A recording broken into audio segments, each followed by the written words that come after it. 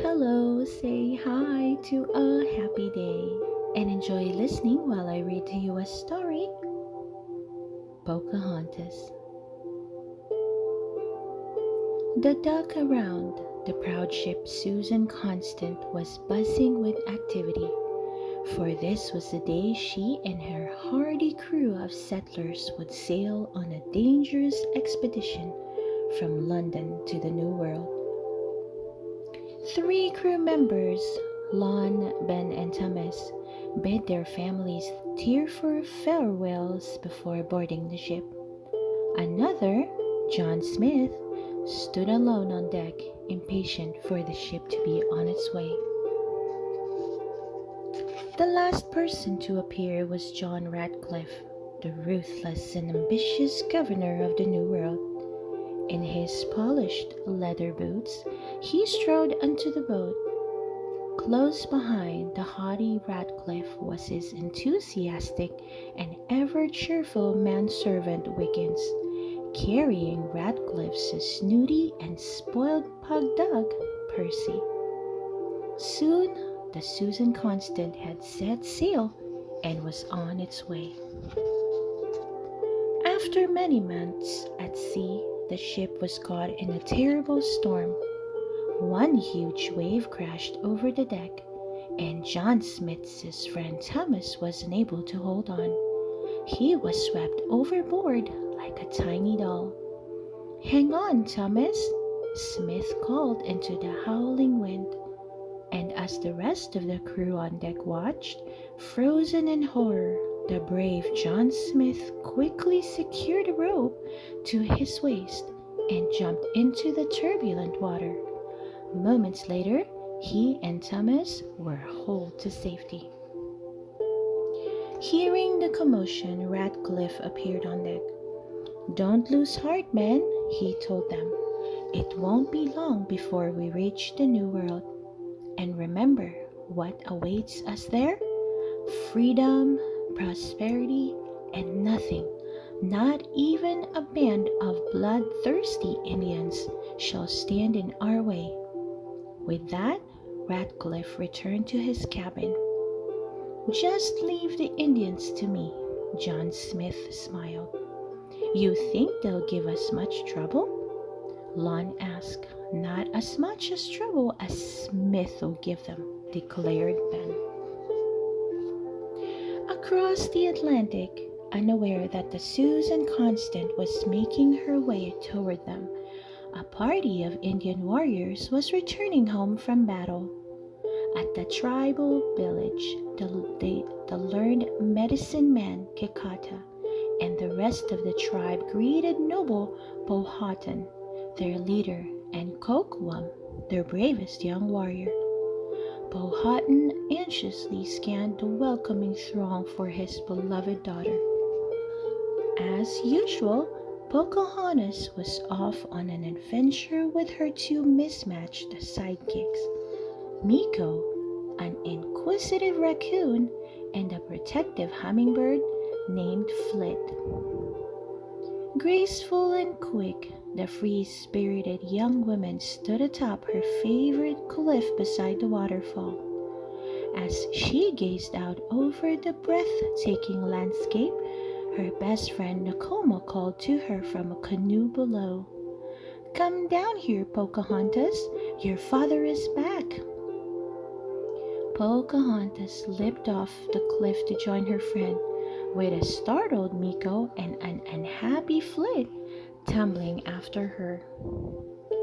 Pocahontas entered the pool at the base of the waterfall with barely a splash and disappeared under the canoe. With one playful shove, she overturned the boat, Nakoma and all. Laughing, the two girls righted the canoe and climbed in. What were you doing up there?" Nakoma asked. "Thinking about that dream again. I know it means something. I just don't know what," Pocahontas said. "Maybe you should ask your father about it," Nakoma suggested. "You're right," Pocahontas told her friend. "Let's go." As soon as she and Powhatan were reunited, Pocahontas told her father about her dream, which told her something exciting was about to happen. A smile crept across her father's face. "Something exciting is about to happen," he said. "Kocoum has asked to seek your hand in marriage." Pocahontas couldn't believe her ears. Though Kocoum was a mighty warrior, he was too serious, and certainly not someone Pocahontas pictured herself married to. "But father," Pocahontas protested, "I think my dream is pointing me something down another path." In reply, Powhatan gave his daughter the necklace her mother had worn at their wedding many years ago. As he placed it around her neck, he told her, "Even the wind, the wild mountain stream, must someday join the big steady river." Later, Pocahontas told Miko, "He wants me to be steady as the river, but to me, it's not steady at all. It's always moving, and around each bend in the river is something new and exciting." Deep in thought, Pocahontas went to a very special glade in the forest inhabited by Grandmother Willow, a magical and wise tree. The Indian maiden told her enchanted friend about her dream. "I'm running through the woods," began Pocahontas, "and then right there in front of me is an arrow. It spins faster and faster until suddenly it stops. Then I wake up. What does it mean, Grandmother Willow?"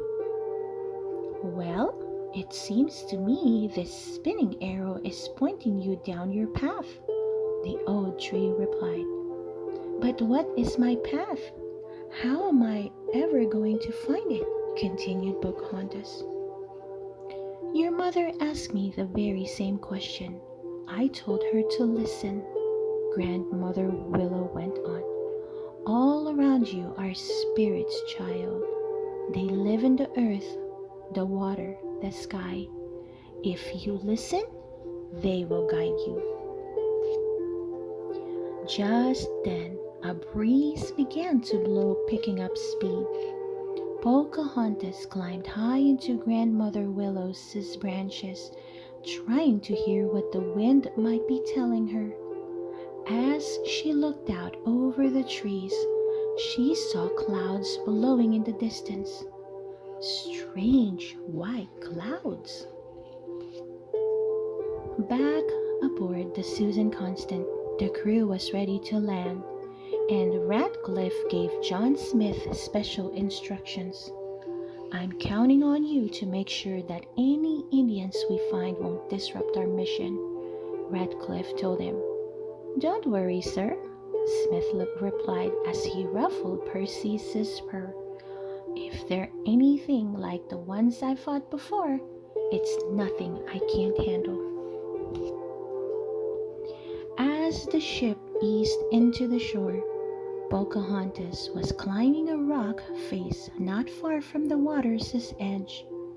Though she knew the forest and the waters of her home well, this was a sight she had never before seen. There, much closer now, were the strange clouds she had seen earlier. They were really the sails of the Susan Constant flapping in the breeze.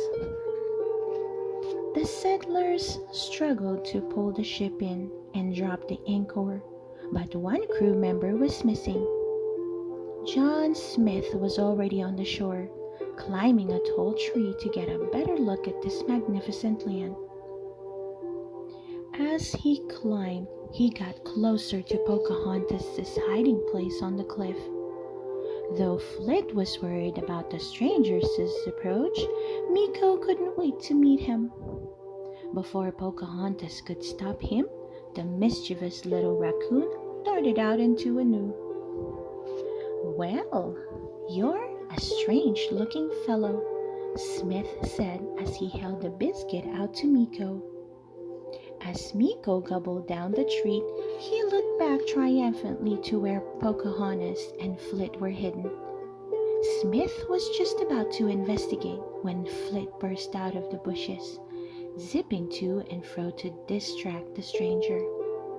Just then, a bugle sounded from below, calling Smith back to the ship. Pocahontas remained undiscovered, at least for now. Smith arrived just in time to watch Ratcliffe ceremoniously plant the British flag on the shore. Secretly, Ratcliffe didn't care much about King James and glory for his native England. What he did care about were the gold and other riches this new land had to offer. Just to make sure nothing would get in his way, Ratcliffe sent Smith out to scout the forest for Indians. The Indian Village Council was in a heated discussion. A party of warriors had seen the pale settlers, and now Pocahontas asked Kakata to reveal what their arrival meant. The medicine man threw a handful of powder into the fire. The smoke that rose from the flames first took the shape of armored warriors with weapons spouting fire and thunder. Then they changed into hungry wolves. Powhatan was cautious. "Take some men to the river to observe these white visitors. Let us hope they do not intend to stay," he told Kocoum. As he scouted further in the forest, John Smith sensed that he was not alone. Thinking he had gone, Pocahontas crept down from her hiding place as Smith cautiously edged closer to a nearby waterfall. Unable to see the figure on the opposite side of the cascading water, Smith jumped through the falls with his gun, aimed directly at her. The startled pair stared at each other for a long moment, and in that lingering moment, their two souls touched. Smith reached out his hand to the lovely young woman before him. "No, wait, please," he called as Pocahontas darted away. Smith trailed Pocahontas back to the river. "It's all right. I'm not going to hurt you," he assured her as she climbed into her canoe. "I'm John Smith. What is your name?" As Smith held out his hand, a light breeze twirled around them, and Pocahontas remembered what Grandmother Willow had told her, to listen with her heart to the voices all around her. She allowed the pale stranger to help her out of the canoe, and when they touched, neither one wanted to let go. Hidden in the bushes around the settlers' camp, Powhatan's warriors watched as the settlers dug up the land. "We must find gold," Ratcliffe ordered. He took one bite of the juicy drumstick and tossed it into the bushes. Percy saw the drumstick land near one of the Indians. His startled yelp sent the settlers scurrying for their guns. In the confrontation that followed, a brave warrior, Namontac, was shot in the leg. The chief looked at the wounded Namontac, and his anger grew. He instructed Kocoum to gather warriors from every village to fight the new enemy. Powhatan stepped outside and addressed the villagers. "These white men are dangerous," he said. "No one is to go near them." At the river, Pocahontas and John Smith talked, slowly getting to know each other.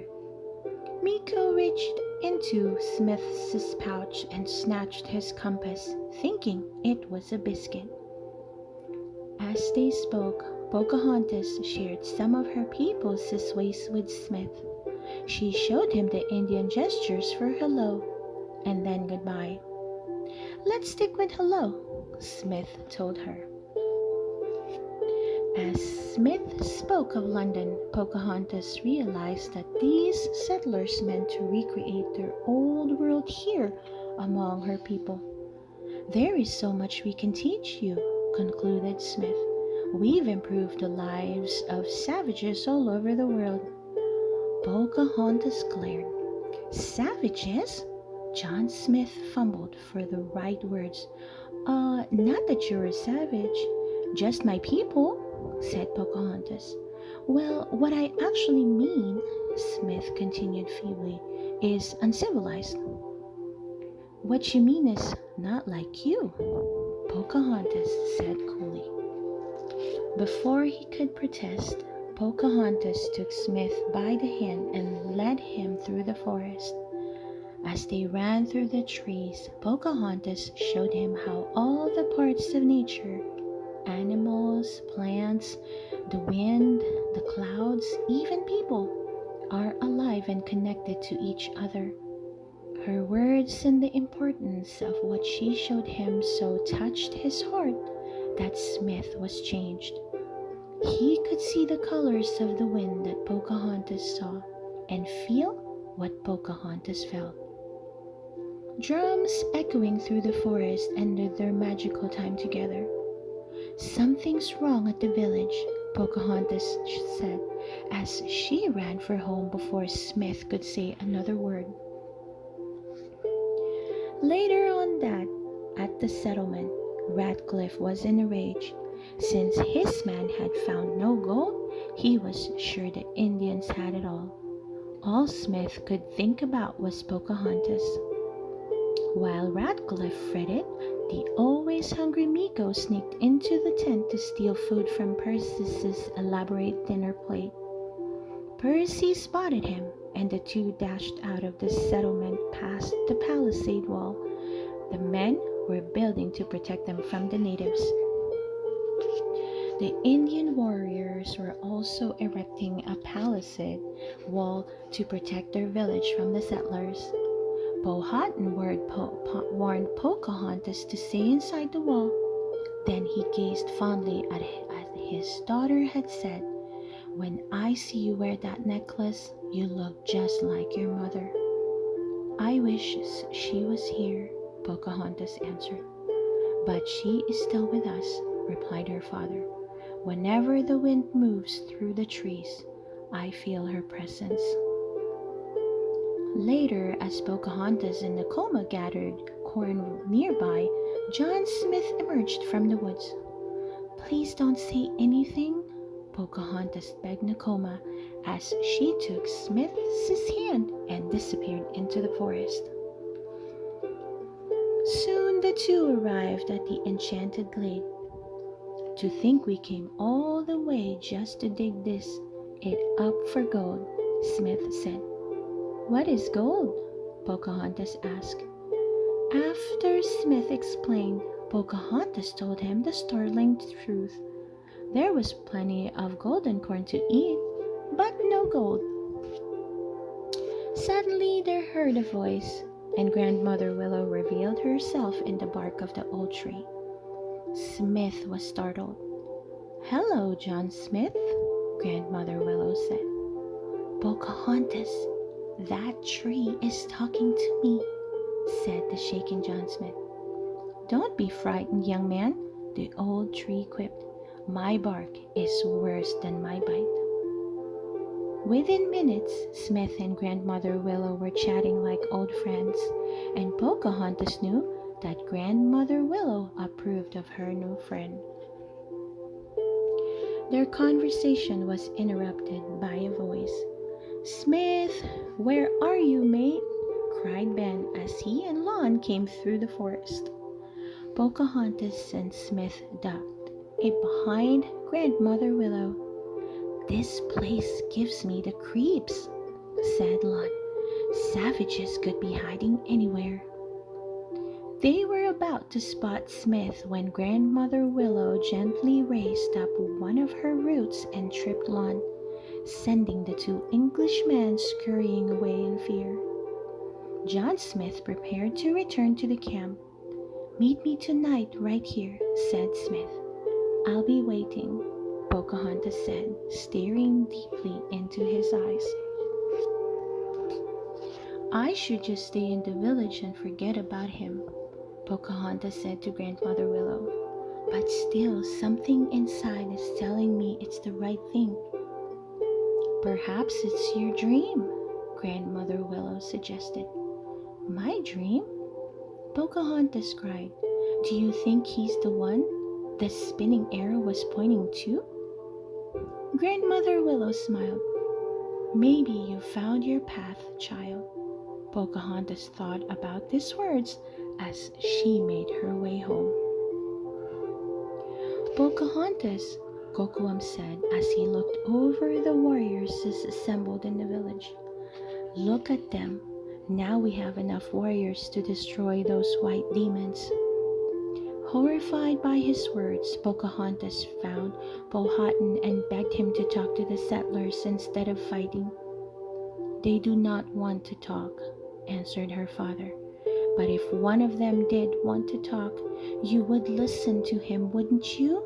She asked. Of course, Powhatan answered impatiently. But it's not that simple. Please stay here where it's safe. I must go and speak to the War Council. When Smith arrived at the settlement, Ratcliffe was waiting. Prepare the men for battle, he ordered. We are going to eliminate these savages once and for all. Then the gold will be ours for the taking. Smith tried to convince Ratcliffe that there was no gold. He even brought back an ear of corn, explaining that the Indians had food that would make a welcome change from biscuits and gruel, but Ratcliffe would hear none of it. Anyone who so much as looks at an Indian without killing him on sight will be tried for treason and hanged, he declared. That night, as Pocahontas crept through the village on her way to meet Smith, Nakoma surprised her at the palisade wall.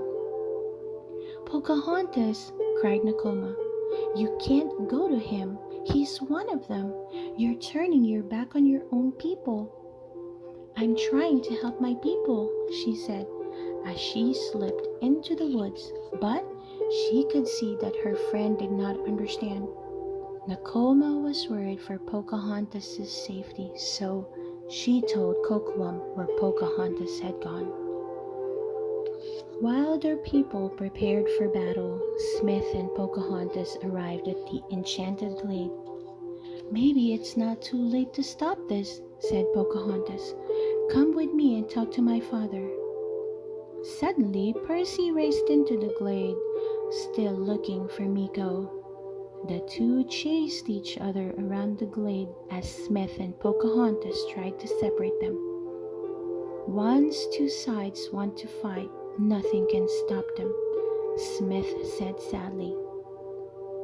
Just then, Grandmother Willow dipped one of her branches into the water. Look at the ripples, she said to Smith. So small at first, then look how they grow. But someone has to start them. Smith understood Grandmother Willow. All right, let's go talk to your father, he said. Pocahontas threw her arms around him in excitement, and the two shared a loving kiss. At that moment, Kocoum emerged from the forest. He pulled the couple apart and lifted Smith. They wrestled for control of Kocoum's knife. Suddenly, Thomas appeared out of the bushes to see Kocoum with his dagger poised above Smith's body. Thomas fired his musket, fatally wounding the brave warrior. As Kocoum fell, his hand caught on the necklace Pocahontas was to wear on their wedding, and it fell to the ground near his lifeless body. Thomas, get out of here, yelled Smith as a party of warriors descended on them. Pocahontas watched in disbelief as Smith was dragged away, accused of being Kocoum's murderer. Back at the village, Powhatan condemned Smith to die at sunrise the next day. When Pocahontas protested, her father's words were harsh. "Because of your foolishness, Kocoum is dead," he told her. "You have shamed your father." Smith was placed in a hut where he was to remain alone until morning. Nakoma and Pocahontas told the guards that Pocahontas wanted to look at the man who had killed Kocoum. "It would have been better had we never met," she said sadly. "Then none of this would have happened." "I'd rather die tomorrow than live 100 years without knowing you," protested Smith. "I can't leave you," whispered Pocahontas. "You never will," Smith replied. "No matter what happens, I will always be with you forever." Meanwhile, Thomas raced back to the settlement as fast as his legs would carry him. "The savages!" he screamed as he reached the clearing. "They've captured Smith." "You see," said Ratcliffe. "Smith tried to befriend them, and look what they've done to him. I say it's time to kill them all and rescue our courageous comrade." Pocahontas drifted into the enchanted glade, her head hung in sadness. Just then, Meeko handed her John Smith's compass. As she took it, something amazing happened. Its arrow was spinning, and she knew it was the sign from her dream. "I have to go back," she said excitedly. Suddenly, the arrow stopped. Pocahontas looked where it pointed and saw the morning light. "The sunrise! It's too late! What can I do?" "Let the spirits of the earth guide you," urged Grandmother Willow. The settlers, armed and ready for war with the Indians, marched through the forest like an angry army. At the same time, the Indians moved in a fateful procession toward the execution site. They could not know that the settlers were nearing the cliff. It seemed that nothing could stop these enemies from a violent clash. Atop the cliff, the warriors placed Smith's head on a large stone slab. Just as Powhatan raised his club to deliver the fatal blow, the settlers burst through the woods, ready to open fire. Suddenly, Pocahontas appeared and threw herself over Smith. "No!" she shouted. "If you kill him, you have to kill me too. Look around you. This is where the path of hatred has brought us." As everyone stared in stunned silence, Pocahontas said, "You have the power to change that, Father." The wind swirled, and Powhatan felt the spirit of Pocahontas' mother guiding him to hear with his heart and heed the wisdom of his daughter's words. "Pocahontas speaks with courage and understanding," he said. "From this day forward, there will be no more killing. Let us be the guided instead to a place of peace." The Indian warriors put down their weapons uncertainly. "Now's our chance, men," yelled Ratcliffe. "Fire!" But the settlers finally understood the governor's greed, and one by one they lowered their muskets. Ratcliffe desperately grabbed a gun and fired at Powhatan. The brave John Smith threw himself in front of the chief and knocked Powhatan out of the way.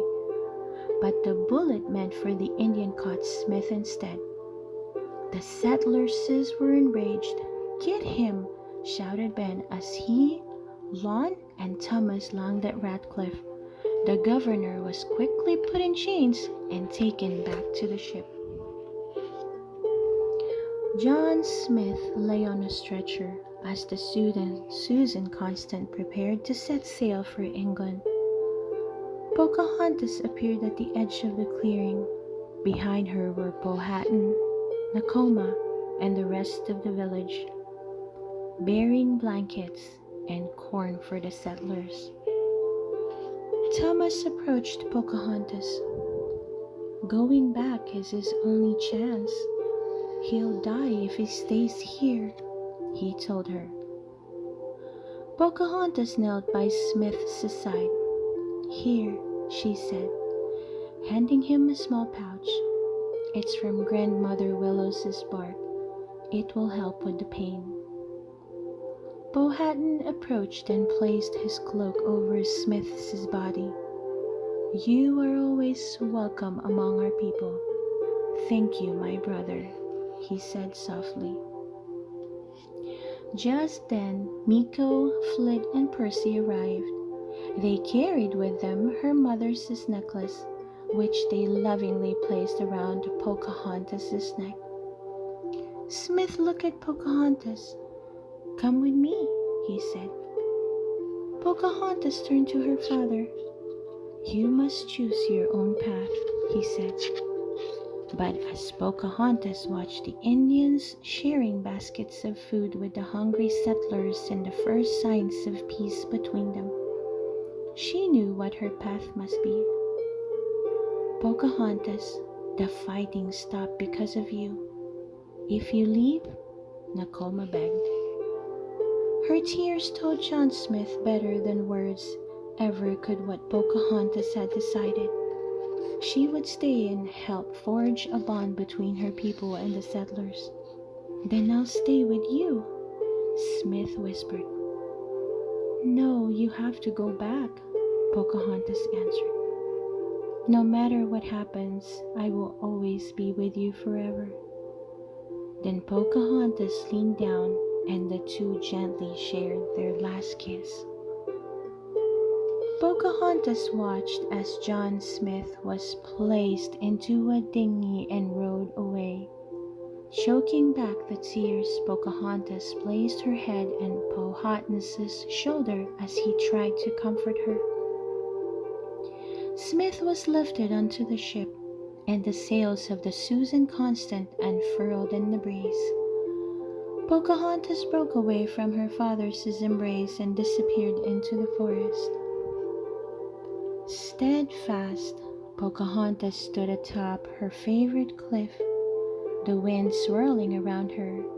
She watched as that same wind carried the ship that bore John Smith down the river and out to the open sea. The end. I hope you enjoy listening to this story, Pocahontas. Please don't forget to hit that like button and subscribe to listen to more of our favorite book stories. See you soon!